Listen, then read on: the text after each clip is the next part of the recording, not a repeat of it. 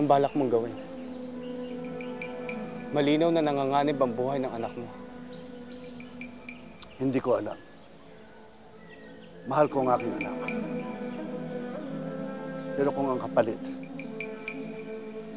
ang kaharian ng kasamaan. Naintindihan kita, Dakila. Pero matagal na panahon mo nang hindi nakikita ang anak mo.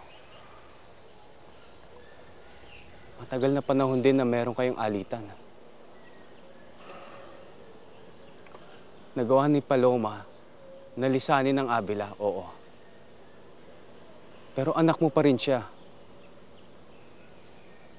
At ngayon, Dakila, kailangan ka niya. Palalampasin mo pa ba ang pagkakataon na maging ama sa kanya?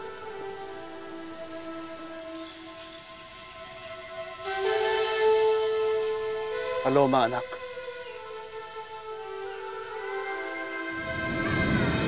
Utang na loob.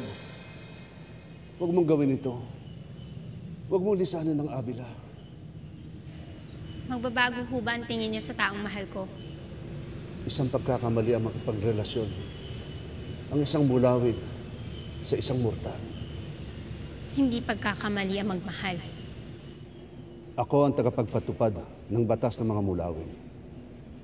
Kung ang mismong anak ko, hindi ko mapipigilan sumaway sa batas, paano ko pa mapapasunod ng iba?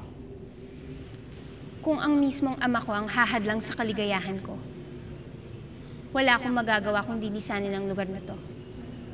Ikinalulungkot ko, Ama. Kung hindi na kita mapipigilan, baunin mo ang kapangyarihan ito. Ito ang magbibigay sa iyo ng kapangyarihan maging ganap na ibon. Tulad ni Mai, ito ang magagamit mong proteksyon sa mapanganib na mundo ng mga tao.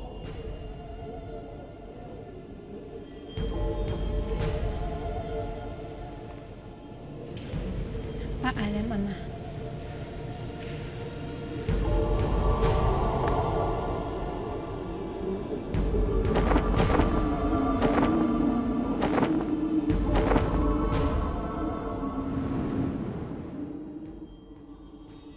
Nakapagpasya na kayo, mahal na Dakila. Mahirap, Mai. Mahirap pagpasyahan ng bagay nito. Kailangan timbangin ko ang pagiging pinuno ng mga mulawin at pagiging isang ama.